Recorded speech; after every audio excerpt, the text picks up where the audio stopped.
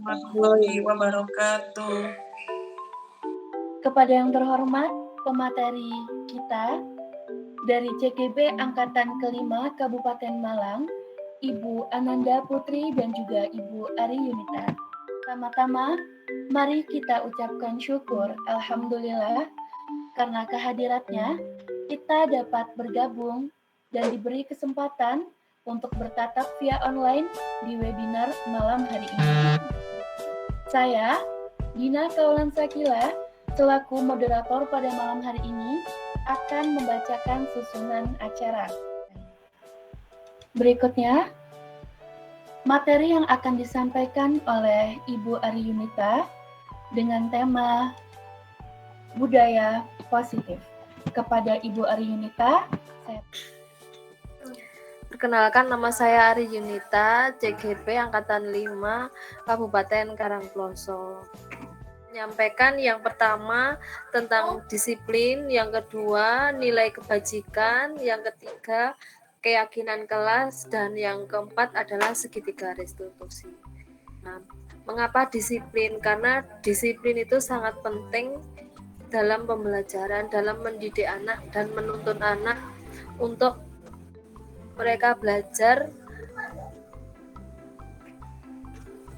Nah, disiplin arti katanya sebenarnya adalah belajar dari bahasa Latin. Disiplin artinya mengikuti. Disiplin positif merupakan pendekatan mendidik anak dengan melakukan kontrol diri dan pembentukan kepercayaan diri. Ciri-ciri disiplin yang positif antara lain tidak ada kekerasan atau ancaman, diajarkan untuk memahami dari perilaku mereka, mengajarkan anak tanggung jawab serta rasa hormat dalam berinteraksi dengan lingkungannya. Yang keempat, menumbuhkan kesadaran yang berdaya untuk anak untuk melakukan sesuatu tanpa ancaman, sogokan maupun hukuman. Selamat malam, salam sejahtera bagi kita semua. Yang saya hormati kepada seluruh peserta webinar pada malam hari ini, saya ucapkan juga kepada seluruh teman-teman guru dan juga beberapa dari keluarga, kerabat. Saya ucapkan terima kasih sudah mau bergabung di dalam kegiatan webinar pada malam ini. Baik Bapak Ibu yang saya hormati, tadi sudah dijelaskan oleh Ibu Ari Yunita tentang budaya positif, yaitu tentang disiplin, tentang nilai kebajikan, serta keyakinan kelas, dan juga segitiga restitusi.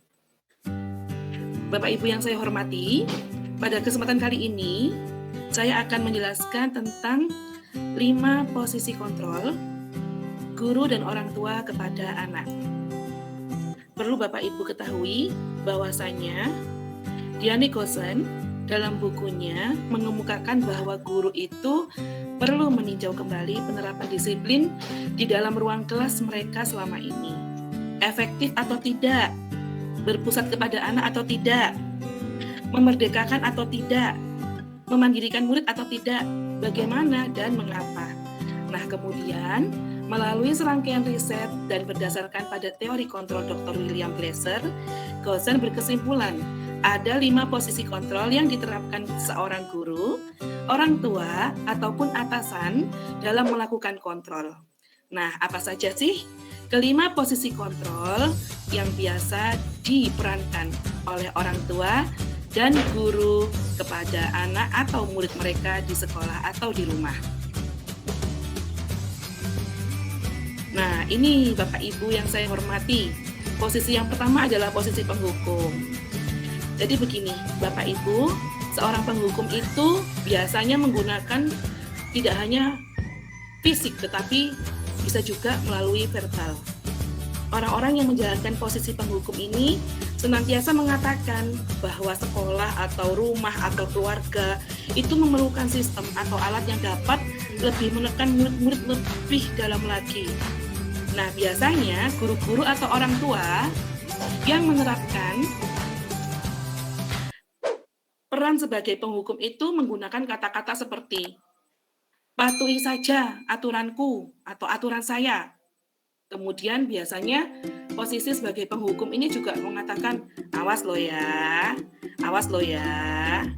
Nah, itu adalah kata-kata yang biasa diucapkan oleh peran penghukum. Nah, coba sekarang kita koreksi nih diri kita masing-masing. Kira-kira kita sebagai seorang tua ataupun sebagai guru, pernah nggak melakukan hal-hal seperti itu kepada anak didik ataupun anak kita sendiri di rumah? Kalau iya, berarti kita ini termasuk kategori posisi penghukum. Seperti itu Bapak Ibu yang saya hormati. Dan biasanya juga posisi penghukum ini nada suaranya tinggi, bahasa tubuhnya melotot, jarinya nunjuk-nunjuk seperti itu. Contohnya, terlambat lagi. Ayo, ngelanggar lagi. Nah, coba sekarang kita tanyakan nih pada diri kita sendiri. Bagaimana perasaan murid itu kalau guru itu atau orang tua itu bicara seperti itu kepada anak didik atau muridnya? Nah, posisi penghukum ini Bapak Ibu akan menghasilkan kemungkinan murid ini akan marah dan mendendam, lalu bersifat agresif. Bisa jadi sesudah itu kembali murid yang tadi diingatkan atau anak yang kita ingatkan, dia melakukan apa yang kita perintahkan gitu. Dia tidak lagi melakukan itu gitu, tetapi dia memiliki rasa yang terpendam, rasa yang marah luar biasa yang ada di dalam hati seperti itu. Dan dia melampiaskannya dengan hal-hal yang negatif seperti itu. Lalu yang berikutnya yaitu posisi kontrol.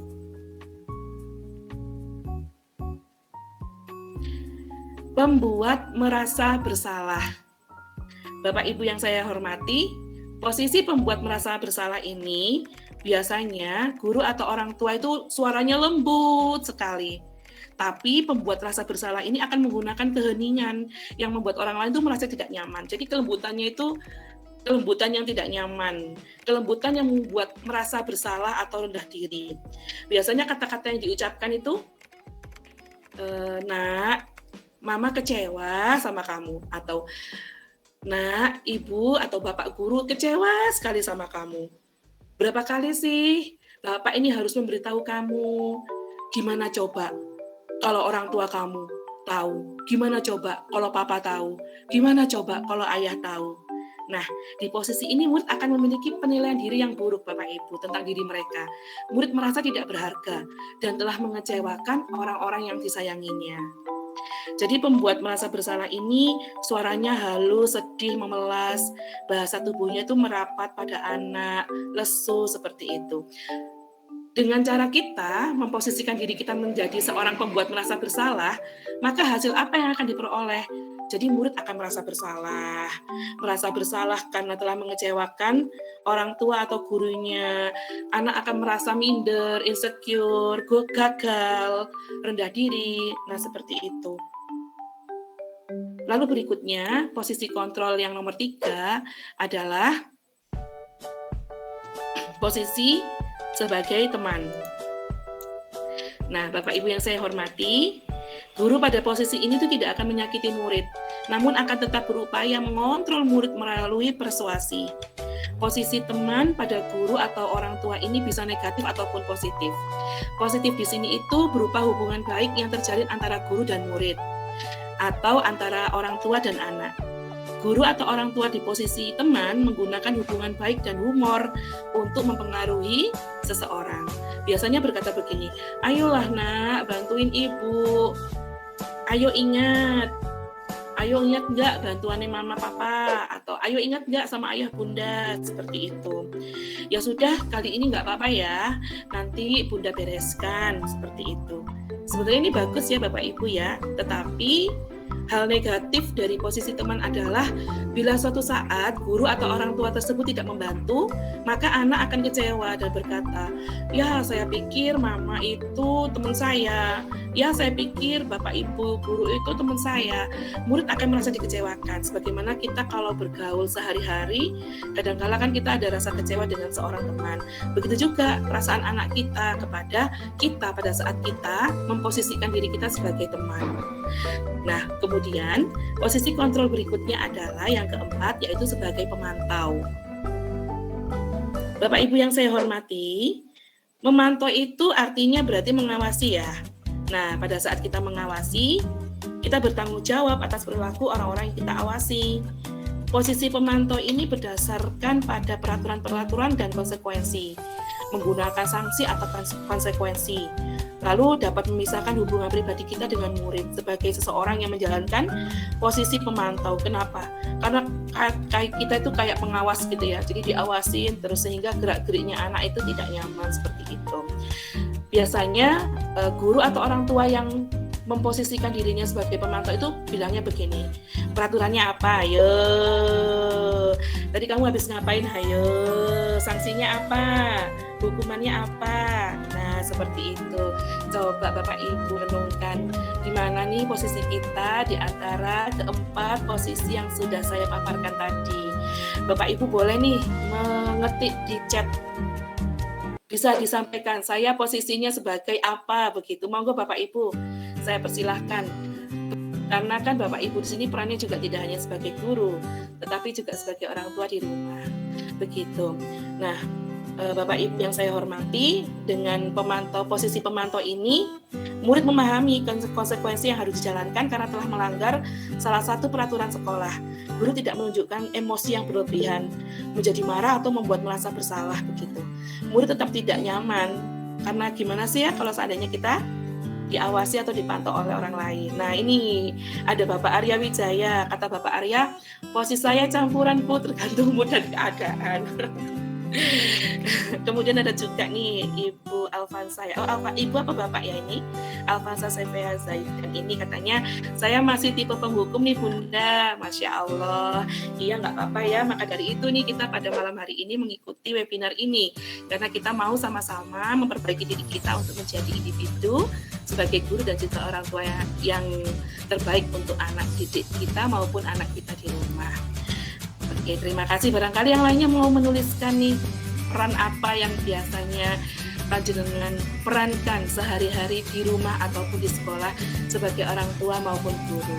Nah, sekarang posisi terakhir nih Bapak Ibu yang saya hormati, yaitu posisi manajer.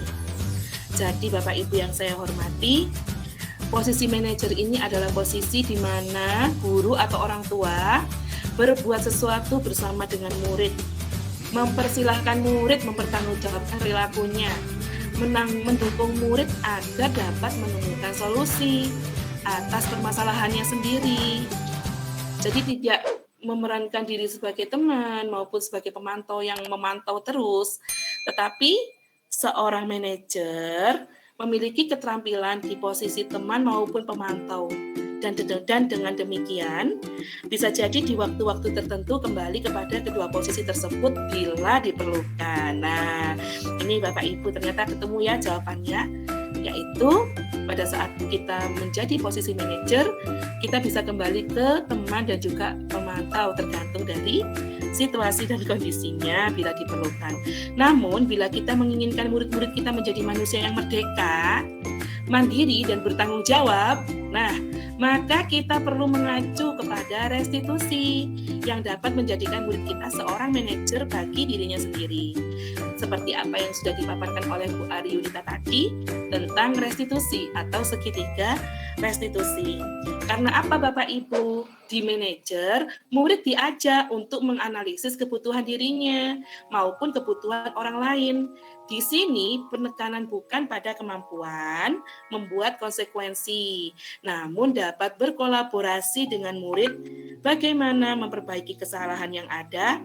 Seorang manajer itu biasanya akan berkata, apa yang kita yakini dari perbuatan kamu ini, nak?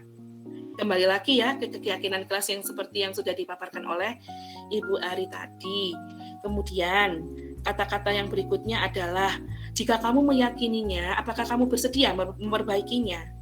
Jadi kita kembalikan lagi hal itu kepada anak kita. Seperti yang sudah tadi disampaikan Bu Ari Yunita tentang segitiga restitusi, seperti itu. Kemudian setelah kita tanya, kamu yakin dengan apa yang kamu perbuat ini, gitu. Lalu kita meyakinkan mereka atau meyakinkan anak kita dengan pertanyaan berikutnya, jika kamu memperbaiki ini, hal ini menunjukkan apa tentang diri kamu? Apa rencana kamu untuk memperbaiki hal ini, nak? Seperti itu. Jadi tugas seorang manajer ini bukan untuk mengatur perilaku seorang ya Bapak Ibu ya. Sekali lagi saya sampaikan bahwa tugas seorang manajer bukan untuk mengatur perilaku seseorang. Tapi manajer ini membimbing anak dapat mengatur dirinya sendiri. Seseorang manajer bukan memisahkan murid dari kelompoknya, tapi mengembalikan murid tersebut ke kelompoknya dengan lebih baik dan lebih kuat. Seperti itu. Nah, bisa jadi dalam praktik penerapan disiplin sehari-hari, kita akan kembali ke posisi teman atau pemantau tadi ya Bapak Ibu ya. Nah, pada posisi manajer ini, kita fokus pada murid Bapak Ibu. Bukan untuk membahagiakan guru atau orang tua. Anak sudah mengetahui adanya suatu masalah dan sesuatu perlu terjadi bila guru mengambil posisi manajer ini, seperti itu. Nah, demikian Bapak Ibu yang bisa saya sampaikan tentang 5 posisi kontrol orang tua atau guru dalam menghadapi atau mendisiplinkan anak-anak di rumah. Ini bisa jadi kita renungkan ya bersama-sama, posisi apa nih selama ini yang kita ambil dan bagaimana nih berikutnya apa yang mau kita perbaiki untuk menjadikan anak kita di rumah atau anak didik kita di sekolah untuk menjadi anak didik yang disiplin dan bertanggung jawab atas diri mereka sendiri, begitu. Ini ada tambahan dari Alfansa Safea Zaidan. Saya masih tipe penghukum nih Bunda, karena sudah memberi nasihat dengan baik-baik, tapi anak-anak malah menganggap remeh Bunda. Nah, seperti itu. Iya, jadi kembali lagi nih Bapak atau Ibu Alfansa ya, bahwasanya kita itu membutuhkan restitusi dan keyakinan kelas. Bukan hanya sekedar peraturan untuk mereka, sehingga ke depannya perilaku-perilaku anak-anak yang tidak kita inginkan tidak terjadi pada saat kita memberikan pembelajaran atau materi yang akan kita sampaikan di kelas. Mungkin Bapak atau Ibu bisa mencoba posisi kontrol sebagai manajer dan menerapkan segitiga restitusi dalam menangani anak-anak atau murid-murid kita di sekolah, seperti itu. Baik, berikutnya akan saya serahkan kembali kepada Ibu moderator, kepada Ibu Dina Kaulan Sakila, kami persilahkan. Untuk kita semua terkait budaya positif dan juga segitiga restitusi. Sebelum kita akhiri, mari kita berdoa dengan keyakinan masing-masing. Berdoa mulai.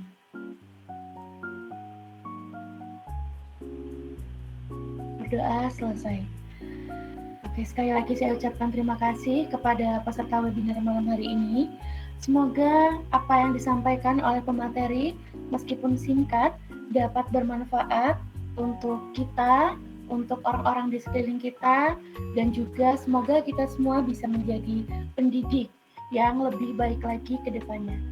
Saya sebagai moderator pada malam hari ini, memohon maaf apabila ada kata yang salah atau kurang berkenan di hati Bapak Ibu semua. Saya cukupkan. Assalamualaikum warahmatullahi wabarakatuh. Waalaikumsalam warahmatullahi Warahmatullahi wabarakatuh. Terima kasih Bapak.